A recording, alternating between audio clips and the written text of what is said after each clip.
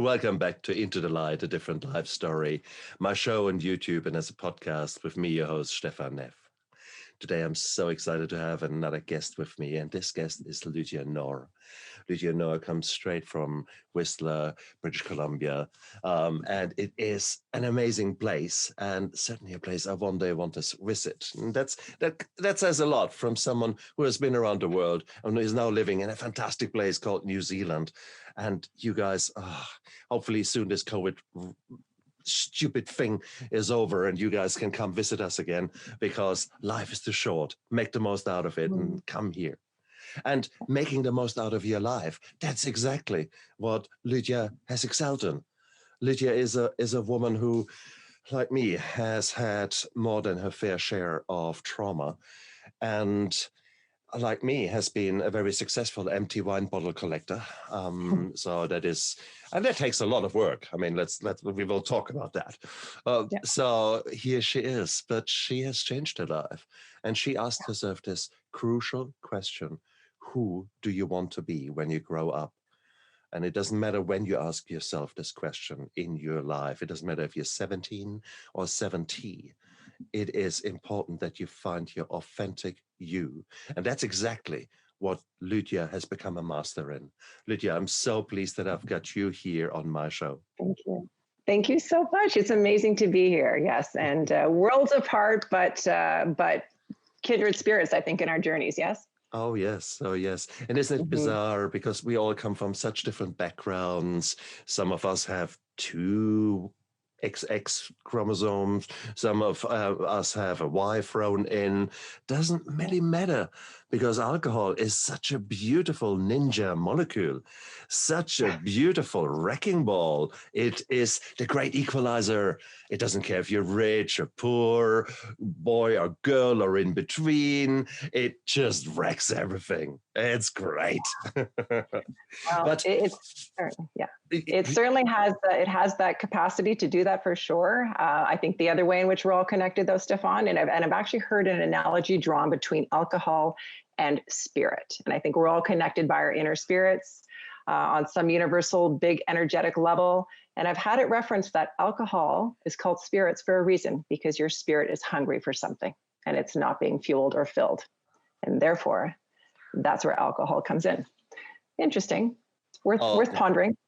What a beautiful play on words, and what a beautiful, there might well be more to that than we ever know, because we can't measure all these things at the moment. Correct. At least. But where's the harm in accepting that we are connecting on a bigger level? And we see that here we are already engaging in a communication, in us having a chat, and suddenly already feeling, damn, this is crazy how many similarities there are already, and talk about kindred spirits, etc. But I mean, we both were different people a while ago. We both were people who had the trauma. And I mean, before the trauma all occurred, when you were a young girl, how was your life then? Was alcohol playing a role in your family? Yes, for sure. And I will absolutely jump into that. And I think it's an important point to make, and what we'll talk about today will sort of drive this point home. But what I do want to say is, I think we look at our lives, especially when you have a relationship with a substance, and it plays a different role in your life at different points in your life. Because now that I'm no longer, drinking, and I haven't been for some time, I've been able to look back and say, what role did alcohol play in my life at different points in my life? Correct? So to start with what you asked initially, yes, for sure, it was evident in my family. I grew up in a home, not where there was alcohol abuse, but where alcohol was present. It was culturally, it was part of our community. My background is Lithuanian, and my dad used to say, don't ever marry a Lithuanian. They're a bunch of alcoholics, sort of loosely, but, truthfully, it's just, I think culturally, some cultures are definitely more privy to imbibe that way. Ours was one of them. So it was something I was exposed to a lot. And therefore, imbibed in it as a younger underage girl, and sort of liked the effects, didn't like the effects at different times in my life. It was always a part of my life, though. Socially, somehow that went with being social. There was never being social without alcohol in the picture. And so, but I had a very, I wouldn't say nondescript, very average, very loving, very normal upbringing, went to university, got myself a good education, worked in a profession, married a wonderful man, had 3 beautiful children, had a successful life, on and on and on. It was all very blessed. And I remember somewhere around my early 40s, Stefan, looking at my life and being afraid to voice what I was feeling inside, because my life from the outside was perfect, really quite perfect. And I saw that as well. But somewhere inside of me, I'm like, something's missing. There's more I'm meant to be doing with my life. What is that thing? And I voiced it to my husband. He was very open, very accommodating to the question. And he'd say, well, just figure out what makes you happy. What does that look like for you? And I'm like, I don't know. You seem to be able to find your happiness in the present moment and in the small, simple things in life. And I just feel like there's more I'm meant to be doing. Yes, I love being a mom. I love being a partner. I'm successful in my career. I have a lot of choices and options about what I want to do. I was a registered dietitian for 25 years and worked in many different capacities within that profession. And some were great. And there was one in particular that really, really caught my interest. And it was working in media. So I found myself with an opportunity to work in media, from a stage, radio interviews, print magazines, what have you. And I'm like, yeah, I really like having a captive audience. Okay, so something in here is working for me.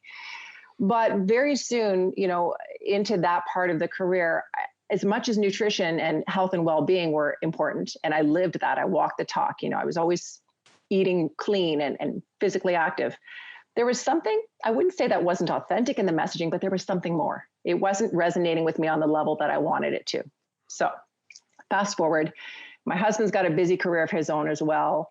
He's working his way up to he's in a big position in a company, but a young company that's growing and traveling a lot. And over time, I can see he's getting tired, Stefan. I'm like, I don't like the toll this is taking on you. And in one particular instance, he was traveling to China on business. And I remember dropping him at the airport. It was a 5-day whirlwind trip, and he was exhausted. And I'm like, "Are you okay?" He said, "Yeah. I'll be back in 5 days. It's all good. This is just sort of the grind right now. This is what I'm working up towards building. It's another 1.5 to 2 years of this kind of pace, and then things will settle in." Well, that 1.5 to 2 years never happened, because 3 days later, I got a phone call at 3:00 in the morning that he had died in China. And to this day, I never really got a clear answer what exactly happened, but I can only assume it was his heart that just simply stopped because he was exhausted. And so that shook my world up, as you can imagine. And, now I'm finding myself a sole parent to 3 young daughters who at the time were 11, 14, and 15. But the more interesting thing, not interesting, death it has many layers, and there's a lot of interesting things that you can look at over time and say, yes, it is interesting how things unfold. But something that happened for me quite immediately after receiving that news, and I guess because I had seen how tired he was, maybe I wasn't completely shocked at the news. I could see that there was something, something was happening here.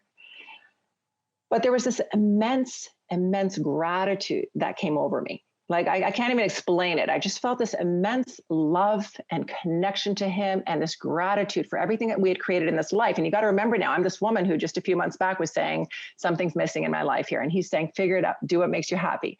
And now my cup is running over with love and gratitude. And in that moment, I know something bigger is at work here in my life. There's the universe is opening up its world to me, or maybe his passing is my spiritual awakening, because how am I feeling this way? And I'm not in shock. I know what's happening here. I know that it's going to be a journey, but I also know that I'm feeling this connection to something, and I want to explore this in a really big way. So in the months and years that ensued following my husband's passing, I did an immense amount of reading about what happens when we die and connecting to the spirit world, and just getting really, really quiet and spending a lot of time in nature. And that was my key. So nature was a huge source of inspiration and healing for me. And what I realized is that when I was spending a lot of quiet time, just being present in the moment, because this is the other thing my husband used to say, just enjoy the moment, and then you'll figure out what it is that makes you happy. And so on the heels of losing my partner and being a sole parent and having to pick up the pieces, I realized that when I'm really present and in the moment, I'm not thinking about all of that has just passed. And I'm not worrying about what's going to happen in the future. I realized when I was present in the moment, I was peaceful.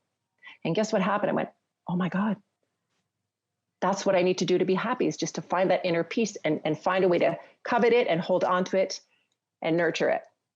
And this became that message that I wanted to speak from the stage now, because to me, finding my inner peace told me that this is what you need to be talking about on a stage. This is that glimpse of working in media as a dietitian that turned you on. This is the message now. You got to talk to people about finding their inner being, their inner source, that thing that lights them up, and living from that place of authenticity. That became my message. So it came on the heels of a tragic life event, but it led me to understand what I meant to be doing with my life. So now, of course, this is great. I start going out to stages, speaking my story, doing workshops, to rave reviews and praise, but I'm still drinking. And why am I still drinking? Because by day, I'm still that physically active mover, shaker, doer, strong, resilient mom, got a mission. And then evening comes, everything's quiet, and it's my new best friend, right? It's filling that void of loneliness and emptiness and quietness when all the buzz of my life is quiet. And so it sort of became somewhat of a companion for me. And then as the girls aged and got older and could drive themselves to their soccer practices or wherever they had to go and needed less and less of me, it became more and more of that thing that I turned to.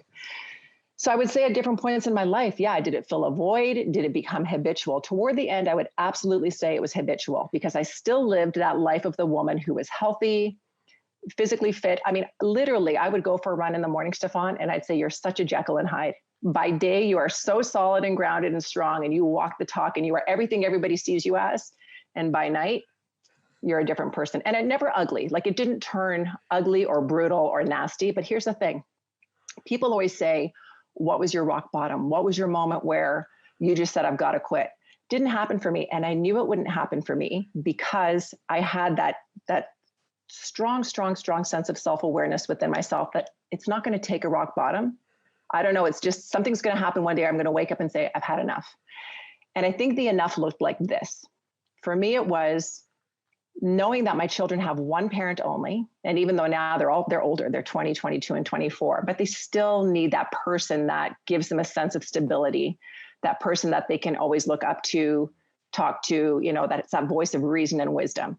And I wasn't oftentimes being that person for them. So that was my one. And the second part was looking in the mirror every day and saying, when are you going to do better? This is the one dark cloud hanging over your head, because you've got it together, girl. You know exactly who you are and what you want for your life, but you're not allowing yourself to step into that person fully and completely because you're not living authentically. You're not being completely authentic. That's the one thing hanging over my head. And I literally woke up one day and said, enough, I'm done. I'm tired of this. I'm tired of having this conversation with myself. And that was really when I just said, move on, move forward, be the person you want to be. And so that's the whole discovering you, your own uniqueness. What makes you you? What makes me me is that person who wants to be on a stage empowering people to live authentically. But I couldn't be that person on the stage speaking to you and to anybody else without living in full authenticity and the truest expression of myself. Many, many people have asked me, why didn't you just dial it back? You've got it together. You're strong. You've proven that time and again. You could have just dialed it back. It didn't feel authentic to me.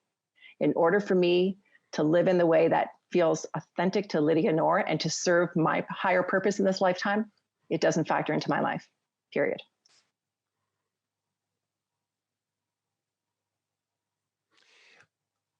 When you were in those dark moments of the soul, how much were you drinking on a night? Probably for the last 2 years before I quit drinking, I was drinking in excess of a bottle of wine every night. Bottle and a half. Exactly. If it was 2, I was hungover. If it was a bottle and a half, I could still function and get up and go for a run the next day. That's exactly. Pretty, and that's really, and those are all those little things though, Stefan, that are in your brain that you say, wow, I've really developed a tolerance, but that's not cool. That's not a good thing. No. Right? So true. But as you say, it serves a purpose. You were alone, and it's interesting that it gave you something that all the other healthier living that you did, the sport, all the other things, did not give you at the time. And that always amazes me, because people say, oh, no, just go for a run. I feel so good when I went for a run. there are times in your life when you do those things and nothing happens or very little happens compared with the dopamine rush that you get from a bottle of wine, probably 2-3 glasses. Did you get that moment? Did you get that warmth going, radiating from the inner part of your tummy? Absolutely. And the bigger the glass of wine and the quicker I could drink that first glass and get to that spot, I'm like, oh yeah, Exactly. it's like having a shot of morphine or something, just, Mm. but it's interesting because, I can honestly say I've been in situations in my life moving forward, socially, where I've had opportunity to connect, with people and have a different type of engagement, let's say in those quiet evening moments, or in place of those quiet evenings, where still alcohol factored in. So there was something that it was doing for me that I needed or thought I needed or wanted in my life at that time. And all the things that I knew in my mind that would be alternates to alcohol, that I just said, no, I'm not interested. Those are the things I do now. And somehow they are more than satisfactory, and they're more than gratifying, and they're more than fulfilling. Why is that? I think, here's the thing. This, you've spoken to many, many people. I know this as well. Until you're ready to make the change, it doesn't matter who says what. It doesn't matter how much you know. It doesn't matter how much logic you apply. Until you are ready to make those changes for yourself, they won't happen. And it is so true. And that's the reality of many people who are out there drinking. Firstly, they're drinking for a reason. They're drinking because we all have trauma. We all have got probably not the greatest coping mechanisms. And dopamine, the rush of alcohol or any other addictive substance, is so powerful to actually to deal with the reasons why we are drinking. So there is that. And then it takes significant things to happen in your life for you suddenly to appreciate that this might not have been the best way in order to bring out the best in you, because it numbs you. It is to think back how numb I was. Now, I don't know what was the chicken and what was the egg. Was I numb because of the alcohol, or was I numb because of the trauma? And then the alcohol just filled the void. Whatever I was an empty shell. I had completely lost myself. I was doctor, work hard. And like you, I was probably holding it reasonably well together during the day, not necessarily in the morning with a massive hangover, but I was a good anesthetist. The problem was that no, it felt like a charade. It felt like a lie I was living. I remember at sort of towards the end of my alcoholic career, I was giving a lecture to nursing students, and I was, being there, bouncing around in the front of stage personality came out. And I gave a really good lecture about chronic pain and pain management for nurses. Yay! And then I walked out, and the only thing I could think, what a bullshit. I had pulled it off. I gave a really good talk, but it felt so false. It felt. Oh yeah. I went straight to the bottle shop, 2 bottles of wine. Thank you. Forget it. And that was so bizarre. That was so. I've been there. I think what you're saying is something that I've experienced as well, and it's really key, I think, for people to see this in themselves. I had the same thing happen on one of the last keynotes that I delivered at a conference, and I remember the night before, I didn't have the enthusiasm behind when I was writing it, but I wrote it. I knew I could write about it. It was about resilience. I'm like, I can write about resilience. But I remember feeling like a fraud. I remember the night before, even the morning I got up to step on that stage, I thought, you're such a fraud. It's not that you're not resilient. It's not that you haven't been through hard things. It's not that you haven't come out on top, but nobody knows this part of your life.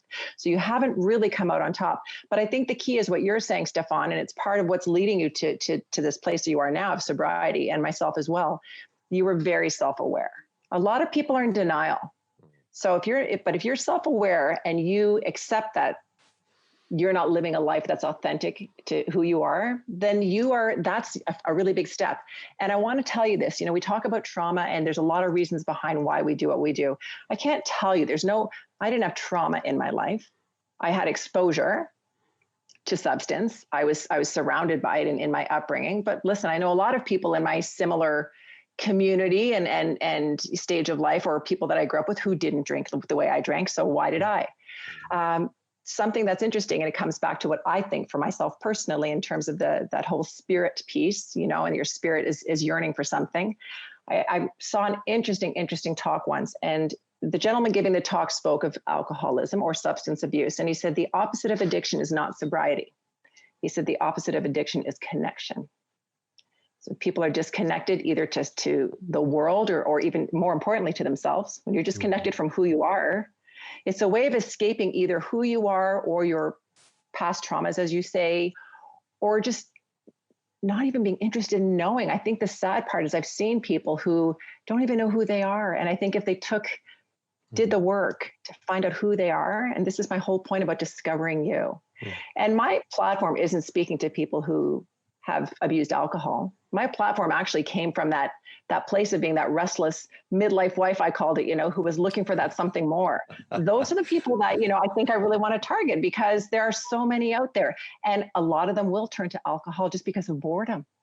They don't even know, because they don't really, or they're hiding from who they are, or they don't feel permitted to step into who they really want to be, because they feel controlled or sort of, guided, or expectations from other people and who they're supposed to be. It doesn't mean that you can't be all of those things, especially as women, mothers, partners, whatever. But you're not being the most authentic version of any of those roles either until you know who you are. It's a crazy vicious circle, but there's so much opportunity. Yeah. But I absolutely love what you say. I would go one step further. The problem is that we typically, as teenagers, we go through some quite awkward years, and you're not sure who you are, try to find yourself, and then life happens. Now, for many people out there, they have never really left in that awkward stage. But now life has come with a job and with a relationship, and now kids are there, and bang, bang, bang, bang, bang, life is busy. Yeah. And they have not found themselves. They have not centered themselves. They have no idea what's going on.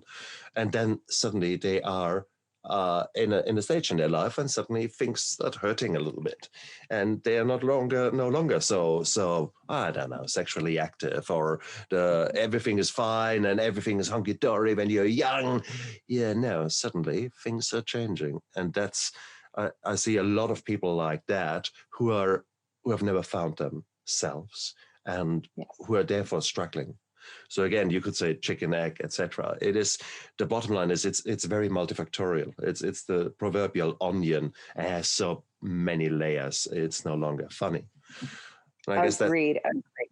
No. Yes. And so, and to that point, it brings up a conversation I had recently with one of my children, actually, again, not children.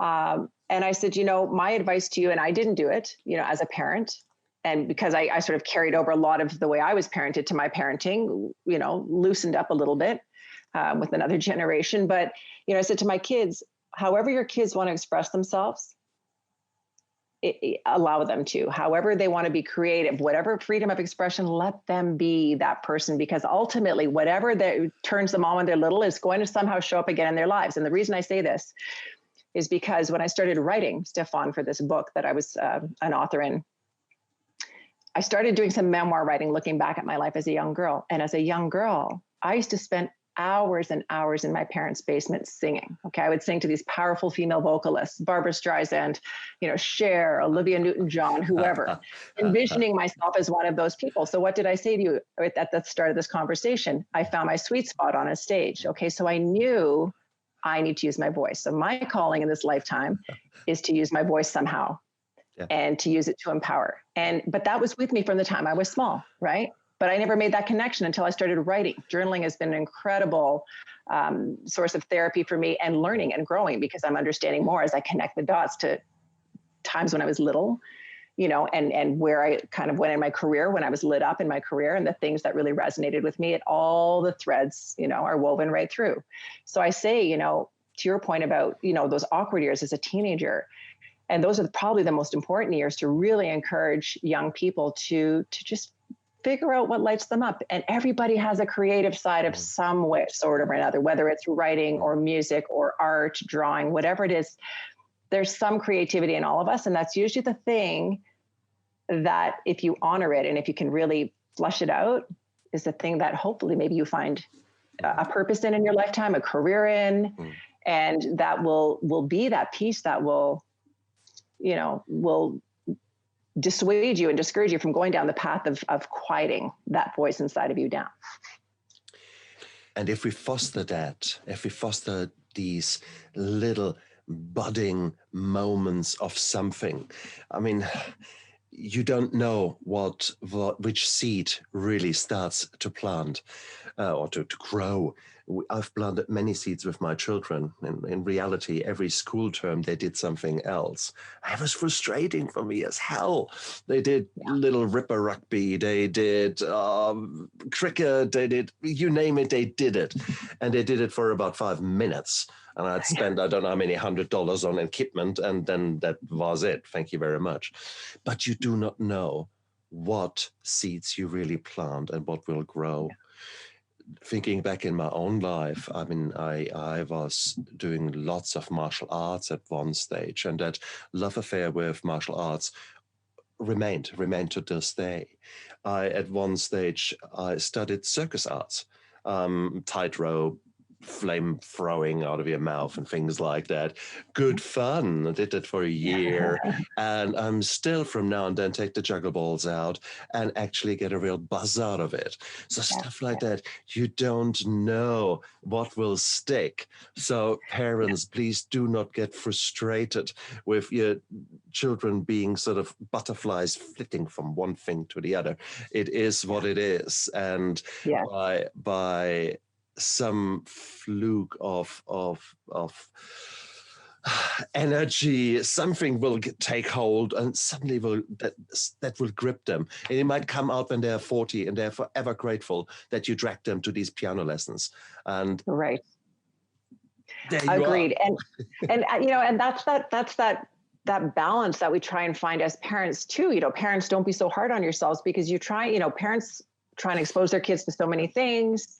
Or let's say in the case of myself, being a Canadian family, in Canada, if you have sons, they play hockey. It's just a given. It's part of the culture. I didn't have sons. I had 3 daughters. So we looked at each other, my husband and I, and said, we're a ski family. Hence the reason I have a daughter living in Whistler right now. And so fortunately, in the summer it was soccer, and in the winter it was skiing.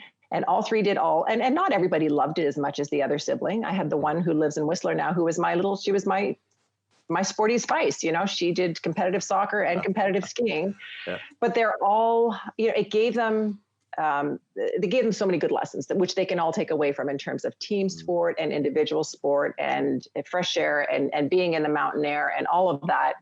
I have had them ask me in their adult lives, why didn't you put us in music? Why didn't you do this? Why didn't you do that? Why? And I'm like, I know, because, here, listen, it's never too late. That's what I say. Beautiful book that I read, which inspired some great writing for me, a book called It's Never Too Late to Begin Again. And I only picked that book up when I was 52 years old. And I thought, this is perfect for me at this point in my life. It's memoir writing. It's that thing that allowed me to grab those threads from the time I was small and weave them right through. It's that thing that allowed me to write a chapter and contribute to a best-selling book. It's that thing.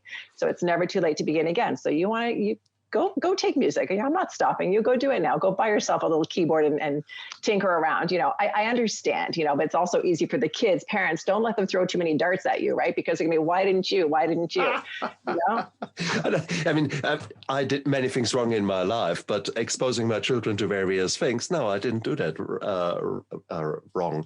And the reality is, I had the same. My sons were coming to me, why did we never go for walks? And, it's so nice to be in nature. And I said, how many times have we dragged you out? And Oh, really? There's Oh, the door. That's all you say. There's danger no, right no, no. outside. Go. We've been there, but it's interesting. They've forgotten that.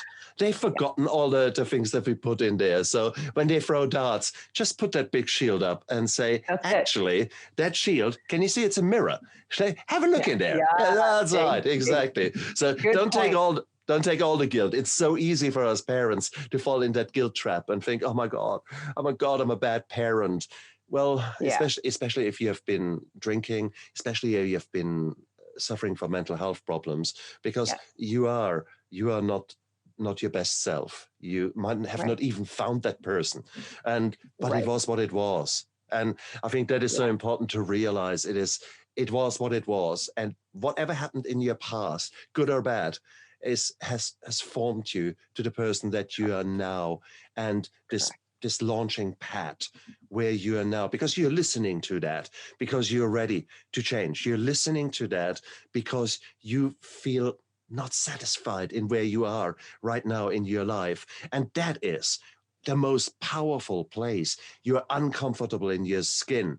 Welcome to the start of your new life. The only thing you need to now figure out, who do you want to be when you grow up? Awesome. And so with the children, again, not children, yours aren't children, mine aren't children, but I think the thing is they do take the lessons away from the journey. And as you say, it was what it was. I have spent a lot of years apologizing, saying I'm sorry. And it's less so probably, Stefan, for my drinking as it is because I'm a sole parent. They only have me. So I felt like I had to be this perfect parent to them all the time. Couldn't afford to, not perfect. I don't even know what perfect means. I don't think there's a definition that exists for that, but could have done better for sure. Knowing that I wasn't necessarily providing the most stable environment for them all the time, that really weighed heavily on me. But the thing is, I look now at my daughters, and whether they tell me this directly to my face or not, I know from hearsay from other people, they're so proud of the journey I'm on right now. And they've said to me, Mom, we've seen you so many times take steps in the right direction, try and, manage the situation for our behalf. But until you really want to do it for yourself, it didn't happen. And we're so proud of you because we see that not only are you doing it just because you want it for yourself, but because you have bigger and more important agenda, and that's been the motivation for you to make these changes in your life. And if it means that it's going to reflect on how they view alcohol, Stefan, and I think it has, none of them are big drinkers. Sure, they partake, but I think they're very, very aware. And that's okay. If my journey is what makes them more aware of their own consumption, good. You know what? Then I've taught them something. If me being out here speaking and being on podcasts all the time and getting out on stages and sharing my story, getting vulnerable is showing them that it's okay. If me being 53 years old right now and really finally stepping into the most authentic expression of who I am is only happening now, that's okay. Who gives a crap that they didn't take music lessons and that they don't remember that I went back to graduate school when they were babies? Like, it doesn't matter. What matters is, where they see me going. They know that the most important thing in my life is to show up in a way that's honest and real and authentic, and to have something that looks like a bit of a legacy. You ask, I'm sure you've asked yourself, I ask myself this all the time. What do I want my homily to sound like when I die? Or my eulogy, who do I want to speak it and what do I want it to say? Do I want people to remember me as that person who could outdrink any guy? Like, come on, not that that's like, what I'm saying? Or do I want to be remembered as someone who really cared enough about herself? And that's the thing, right? It's about caring about yourself and wanting to show up as the best version of yourself for yourself. And you were talking about this shame and guilt for you, this little nagging voice that is talking to you about what a bad parent you are, and you always question yourself and those kind of things. I think that is such a normal thing. And again, I want to stress that to everyone listening out there. You are not alone with those nagging voices. But also, and if you're like us who have got children who have seen you in your not so nice times, that can be a very shameful thing in your mind. In reality, as it turned out with my children, they have become very different people because they have seen me transforming from this empty shell of a man into someone who has got a mission, who has got a vision of who he wants to be, and who is still struggling with emotions at times, with my weight, with things where I'm not yet there where I want to be. But I am a role model, and they are taking me for that. They are accepting me for that. And their, as you said, their own relationship with regards to alcohol is very different than it would have been probably had I not been an alcoholic myself. Their own relationship with their emotions, their inner awareness of what is happening, why are they reacting to something, how are they literally a slave to their own reactions, rather than actually taking the moment of pause, reconnecting with themselves, and then moving forward with the challenge. That has made them unique. That has made them young men that are so much stronger than I ever have been at that stage in their lives. So how beautiful is that? And that would have not occurred had I not gone through the trauma, had I not been the man that I was not so proud of. But the past does not equal the future. And on the contrary, I was able to take the rubble of my previous life and turn that into a very solid foundation. And that's what my kids have seen too. Yes, shit will happen in life, but you can turn your life around. You are at the helm of this boat. You are the author of your story. That's what I keep saying. You have got the choices. It might not feel like it, because at the moment you're rolling with the punches and money is tight and someone has just left your life, either through death or through divorce, and you feel betrayed and there is no love in your life and you're this grumpy bitch or this stupid bastard. Yes, that's all you. That's all you. But that is you up to this moment. And now you're listening to that and say, okay, you've got a choice. Do you want to continue with that? Or do you want to actually think, who do I want to be? Do you actually want to step out of the hamster wheel and actually just reconnect? In your case, you chose nature. And there's a lot to be said about disconnecting from your computer, from your phone, and actually literally completely switching off. Well, on Sundays, Stefan, I disconnect to reconnect. That's what I say. And I don't do any technology on Sundays. No watch, no phone, no computer. And that's, the girls call it Mom Soul Sunday. I'm like, yes, it is. And leave me alone, Excellent. And it's good. I think everybody should. But I think I love what you said about your boys. And because that is exactly how I see my girls. They are so self-aware. And a lot of that comes from my journey, for sure. And that is the biggest gift. That is already, you don't need to do anything more. That is a legacy that you have already put down. And that is, it humbles me that has occurred. But at the same token, that's quite nice. And is that all? Nah. I've got another 50 years to go. I'm sorry. Exactly. Oh no! Well, and you made that point. You made that reference to you're getting closer and closer to that person you want to be, but you're always going to be learning new things about yourself and striving for that thing that is going to make you step more into what feels authentic about yourself. And so it's always a learning, growing journey, and it's I think the beauty of getting to this place where you and I are. It's so beautiful, the journey. I wake up every day now, and instead of looking in the mirror going, you're going to do better today, I look in the mirror and go, I love you. You're a rock star. And it sounds corny, but I agree. It doesn't mean that I don't get bitchy and have my moments, and that I don't, God knows I'm 53. I'm going through menopause. I'm so hormonal. Come on. Like I cry every hour, I'm all over the map, but it doesn't mean that I'm not really proud of the person that I'm stepping into, and the world is my oyster. And the only thing I beat myself up about now is why aren't you doing more, better, bigger? And I don't mean, for ego, for exposure. I mean, to really make that difference, because the thing that makes me get out of bed every day is making a difference in the life of somebody else. And that's what we do. At the same token, I found myself certainly in start of 2021. I was doing exactly that, burning again the candle on both ends and somewhere in the middle, going nuts, and then having the spirits, life, karma, humbling me with a number of challenges. And I thought, yeah, right. So back into survival mode in the earlier part of this year. And now I'm coming out and actually thinking, okay, who is trying to tell me what here?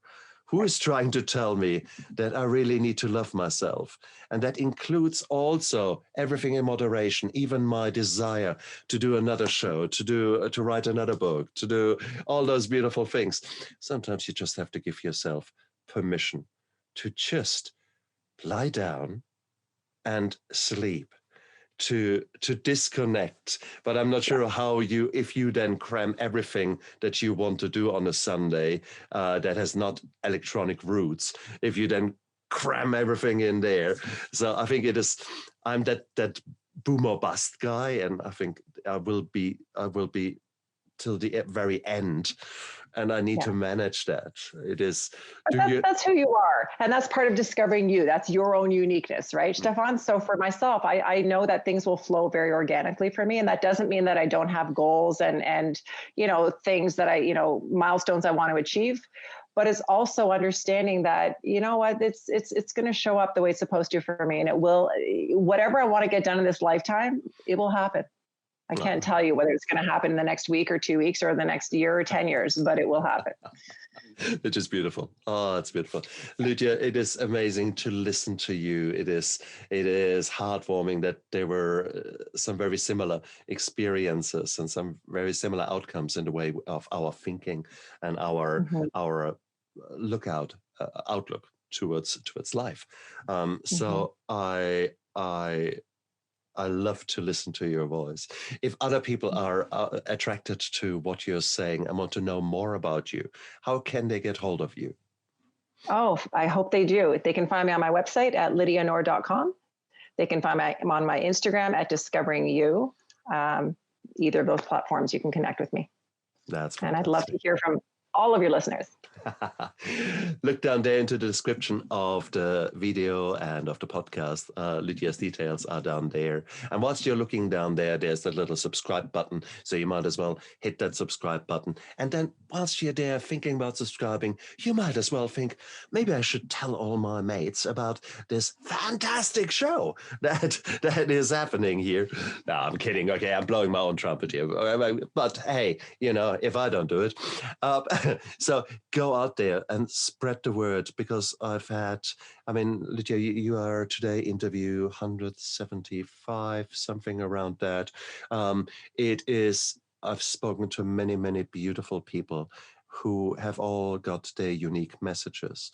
And the only thing you guys need to do is to actually look through the previous list of interviews that are on my show, and you will find things that will relate to you, and you might find the answer that you were looking for. So don't be shy. It just don't accept your life right now, whatever it is like, as a given.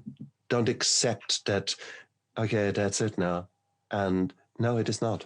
It is not. It's only if you let it be. But the sheer fact that you're here is you're willing to change. You're willing to find answers. And with that, you are so much further than many others who in a very similar situation. There's a statistic out there that of all the self-help books that people buy, 20% of the books will never be opened. It is just that people buy that book, and just the purchase of the book somehow makes it all come out of the book and go into your life, and you don't need to do anything. You just have to sort of have it there, the book. That doesn't work. You're in the right place. You are uncomfortable. So go out there, take this life by its ovaries or its balls, you choose, and go there and make the most out of it. Lydia has done it. I'm doing it. And we keep doing it. We are on this path. And ultimately, we are just like you. We are just a little bit further down that path. We have already taken many little tiny steps of action, and we keep doing so. And suddenly you turn around and think, wow, have I come this far? And yes, we have, because we are hungry for a better life. We're hungry for this person that we know we can be. And that gives me goosebumps, because I know it's out there. Exactly. This is the power that we all have. So, Lydia, thank you so much for reminding us on the necessity, on this primeval urge, need to go out there and find ourselves, because only then can we be the person that we deserve to be, and can leave the legacy, can leave the smile on other people's faces down the line. We can touch them and make them feel good. And that is so beautiful. So beautiful speaking with you. You are an absolute soul, just a beautiful kindred spirit. I feel it. I do. Thank you so much, Lydia. You guys out there, look after yourself, guys. Look after yourself and stay strong. And you, Lydia, please, I hope that we find many more ways of collaborating and make this world a little bit better, one book at a time, one lecture, or not lecture, one discussion at a time. So thank you so much for coming onto my show. My pleasure. I loved being here. Have a wonderful rest of your day. God bless you. Same to you. Bye. Bye-bye.